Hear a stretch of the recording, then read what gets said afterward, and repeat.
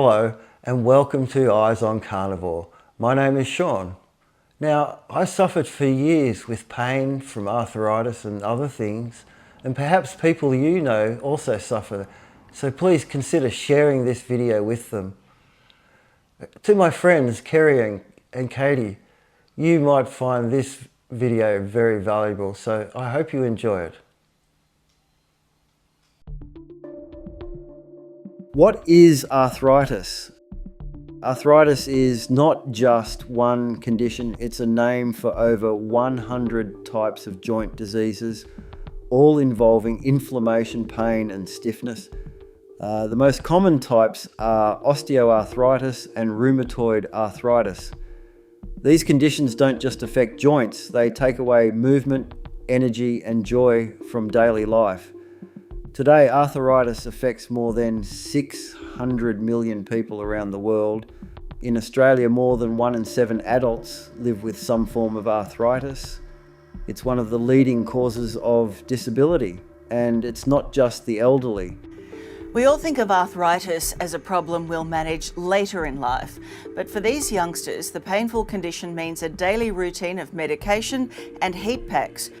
More and more young people are being diagnosed, and the numbers are growing, and while treatments often rely on pills, injections and surgery, they rarely address the root cause. In most cases, no one ever asks about diet or what's driving the inflammation in the first place.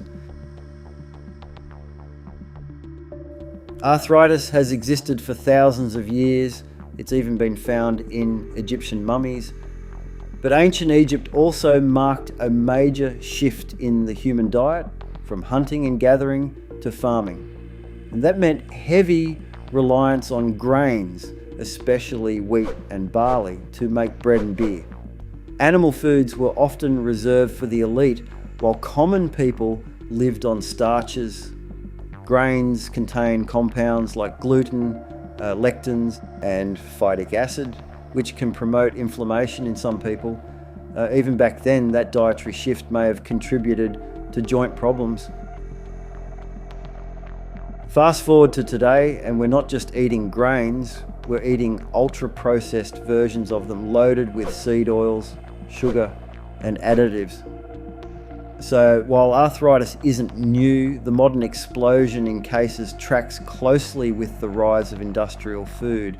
If food helped cause the problem, it makes sense that food could also be the solution. It's not just about grains. Many other plants contribute to inflammation and arthritic symptomology. They contain natural defense chemicals, compounds they produce to protect themselves from being eaten. These include substances like oxalates, lectins, phytates, tannins, saponins, and salicylates. I've recently done in-depth videos on these. I'll leave links in the description for you to check out later. In small amounts, some people tolerate them, but in sensitive individuals or with years of accumulation, they can trigger gut damage, nutrient depletion, and immune dysfunction. Oxalates bind to calcium and form sharp crystals that can deposit in joints, leading to pain and inflammation, and even mimic arthritis. Lectins can irritate the gut lining and contribute to leaky gut and autoimmune flare-ups. Phytates, or phytic acid, block the absorption of vital minerals like zinc, magnesium, and calcium, all of which are crucial for joint health and inflammation control. Saponins and tannins can impair protein digestion and place stress on the gut and liver. Salicylates can cause joint pain, fatigue, and immune overreactions in sensitive individuals. And it doesn't stop with the plants themselves. Modern agriculture coats our food in pesticides, herbicides, and fungicides. The most infamous is glyphosate, used in Roundup. It damages the gut microbiome and adds to the toxic burden our bodies have to deal with every day. So we're not just eating healthy vegetables, we're swallowing chemical warfare, both natural and man-made. And if you're already dealing with chronic inflammation or joint pain, this toxic load might be what's keeping you sick, no matter how clean your plant-based diet looks on paper. For years I lived in pain. I was diagnosed with tendinitis and bursitis in my hips and lower back. I couldn't lie on my side without discomfort, and most mornings I woke up stiff and sore. It was a constant low-grade pain every day. Just walking a short distance could take it from a level 2 to an 8 out of 10. I tried everything: chiropractors, physiotherapy, massage, acupuncture and osteopaths, but nothing worked. Doctors sent me for imaging, cortisone injections, all the standard stuff. I was told I'd eventually need a hip replacement. Sometimes I'd take medication when I couldn't manage on my own.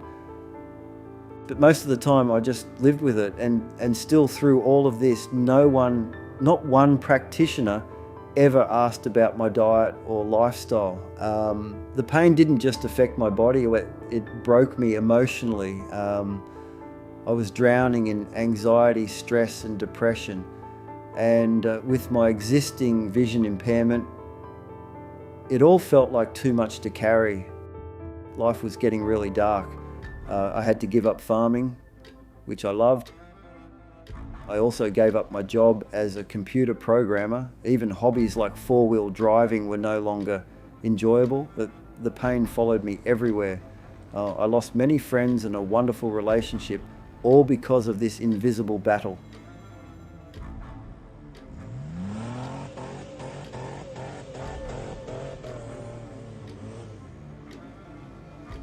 The hardest part?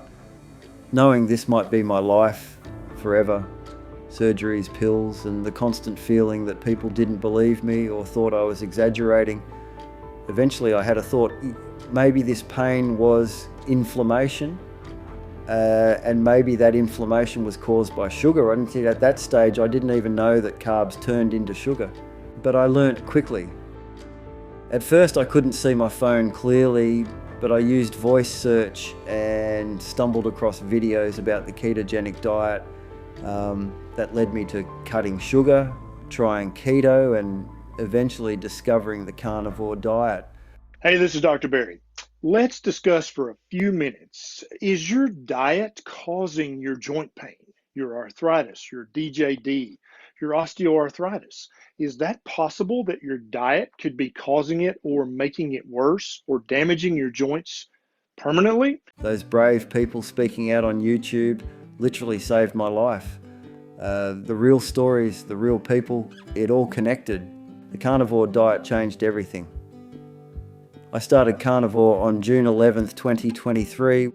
Within 2 weeks, I already felt a big shift: less pain, better sleep, and more energy. By 6 weeks, my body was transforming. The constant pain was easing. My brain fog and anxiety disappeared. I felt like a different person. I was happy for the first time in years. By 3 months, most of the pain was gone. By 6 months, my arthritis pain was gone completely. As long as I stay consistent, I stay pain-free. But if I slip up, even for one day, it's like sabotage. And honestly, feeling healthy is better than any food tastes. My arthritis is gone, my joint pain is gone, my mind is clear, and even my vision has greatly improved. I got my life back. After I started Carnivore, I got my first blood test just a few weeks in, mostly out of curiosity.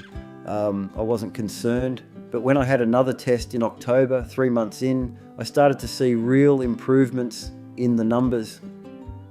CRP, my inflammation marker, dropped from 2.9 to 1.2. That's a huge sign that inflammation was going down. Vitamin D increased from 65 to 92. Magnesium, ferritin, B12, and even calcium all improved. Triglycerides dropped, HDL went up.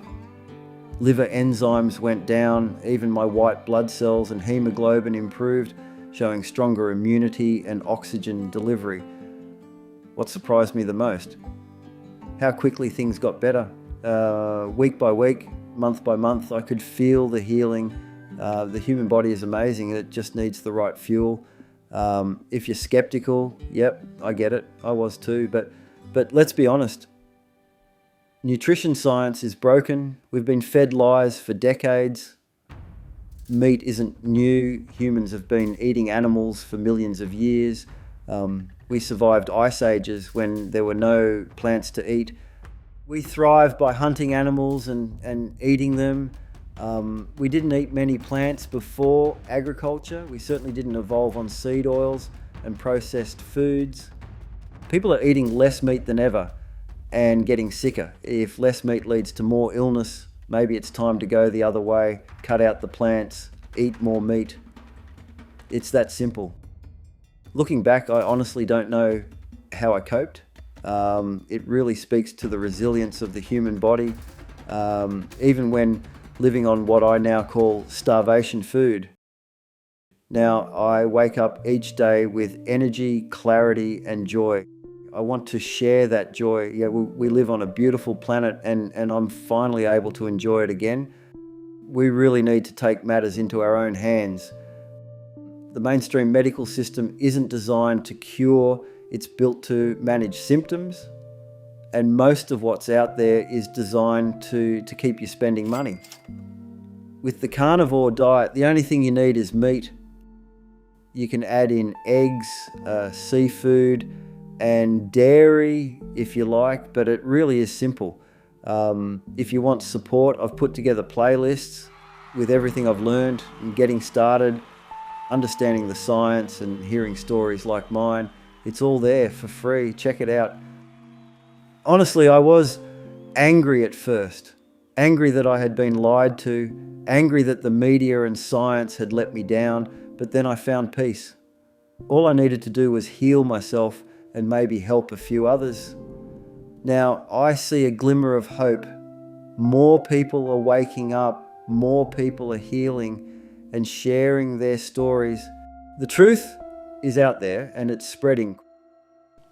If I am right, then there is an end to pain and suffering for many chronic diseases.